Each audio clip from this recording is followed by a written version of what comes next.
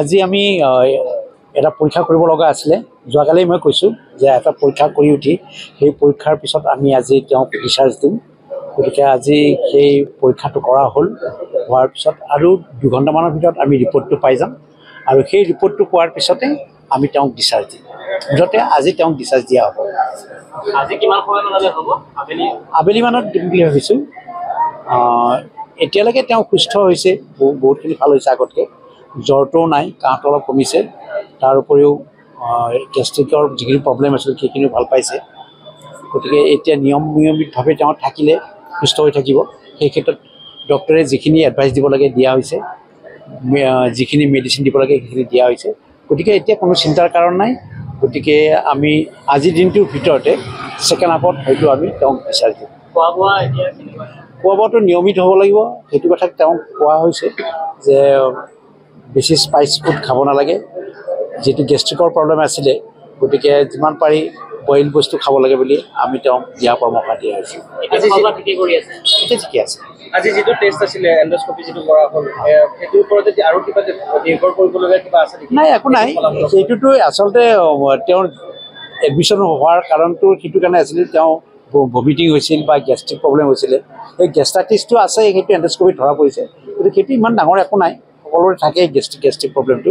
কিন্তু সেই ক্ষেত্ৰত যিখিনি মেডিচিন লাগে সেই মেডিচিনখিনি আমি আজি তেওঁক প্ৰেছক্ৰাইব কৰিম আৰু সেইখিনি নিয়মিত পাতে খালে ভাল পাই যাব। ডেফিনেটলি ৰেষ্টৰ প্ৰয়োজন আছে। গতিকে তেওঁক কমেও 15 দিন 20 দিন ৰেষ্টত থাকিব দিছোঁ। এটলিষ্ট টোপনি আৰু খোৱাৰ ক্ষেত্ৰত যাতে নিয়মত থাকে, টোপনিটো যাতে নিয়মত থাকে আৰু খোৱাৰ ক্ষেত্ৰত যাতে নিয়মত থাকে, সেই কথাখিনিকে আমি তেওঁক এডভাইচ দিয়া হৈছে। আজি আমি এটা পৰীক্ষা কৰিব লগা আছিলে। যোৱাকালি মই কৈছোঁ যে এটা পৰীক্ষা কৰি উঠি সেই পৰীক্ষাৰ পিছত আমি আজি তেওঁক ডিচাৰ্জ দিম। গতিকে আজি সেই পৰীক্ষাটো কৰা হোৱাৰ পিছত আৰু 2 ঘণ্টামানৰ ভিতৰত আমি ৰিপৰ্টটো পাই যাম আৰু সেই ৰিপৰ্টটো পোৱাৰ পিছতে আমি তেওঁক ডিচাৰ্জ দিম। মুঠতে আজি তেওঁক ডিচাৰ্জ দিয়া হ'ব। আজি কিমান সময়মানলৈ হ'ব? আবেলি মানত দিম বুলি ভাবিছোঁ।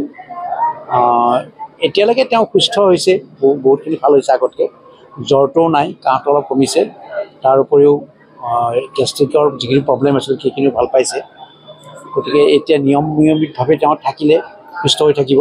সেই ক্ষেত্ৰত ডক্টৰে যিখিনি এডভাইচ দিব লাগে দিয়া হৈছে, যিখিনি মেডিচিন দিব লাগে সেইখিনি দিয়া হৈছে। গতিকে এতিয়া কোনো চিন্তাৰ কাৰণ নাই। গতিকে আমি আজিৰ দিনটোৰ ভিতৰতে ছেকেণ্ড হাফত হয়তো আমি তেওঁক ডিচাৰ্জ দিম। খোৱা বোৱাটো নিয়মিত হ'ব লাগিব, সেইটো কথা তেওঁক কোৱা হৈছে যে বেছি স্পাইচ ফুড খাব নালাগে। যিটো গেষ্ট্ৰিকৰ প্ৰব্লেম আছিলে, গতিকে যিমান পাৰি বইল বস্তু খাব লাগে বুলি আমি তেওঁক দিহা পৰামৰ্শ দিয়া হৈছে। এতিয়া ঠিকে আছে। আজি যিটো টেষ্ট আছিলে এণ্ডস্কপি যিটো কৰা হ'ল, সেইটোৰ ওপৰত আৰু কিবা নিৰ্ভৰ কৰিবলগীয়া কিবা আছে নেকি? নাই, একো নাই। সেইটোতো আচলতে তেওঁৰ এডমিশ্যন হোৱাৰ কাৰণটো সেইটো কাৰণে আছিলে, তেওঁ ভমিটিং হৈছিল বা গেষ্ট্ৰিক প্ৰব্লেম হৈছিলে। সেই গেষ্ট্ৰাইটিছটো আছে, সেইটো এণ্ডস্কপিত ধৰা পৰিছে। গতিকে সেইটো ইমান ডাঙৰ একো নাই, সকলোৰে থাকেই গেষ্ট্ৰিক প্ৰব্লেমটো। কিন্তু সেই ক্ষেত্ৰত যিখিনি মেডিচিন লাগে সেই মেডিচিনখিনি আমি আজি তেওঁক প্ৰেছক্ৰাইব কৰিম আৰু সেইখিনি নিয়মিত পাতে খালে ভাল পাই যাব। ডেফিনেটলি ৰেষ্টৰ প্ৰয়োজন আছে। গতিকে তেওঁক কমেও 15 দিন 20 দিন ৰেষ্টত থাকিব দিছোঁ। এটলিষ্ট টোপনি আৰু খোৱাৰ ক্ষেত্ৰত যাতে নিয়মত থাকে, টোপনিটো যাতে নিয়মত থাকে আৰু খোৱাৰ ক্ষেত্ৰত যাতে নিয়মত থাকে, সেই কথাখিনিকে আমি তেওঁক এডভাইচ দিয়া হৈছে।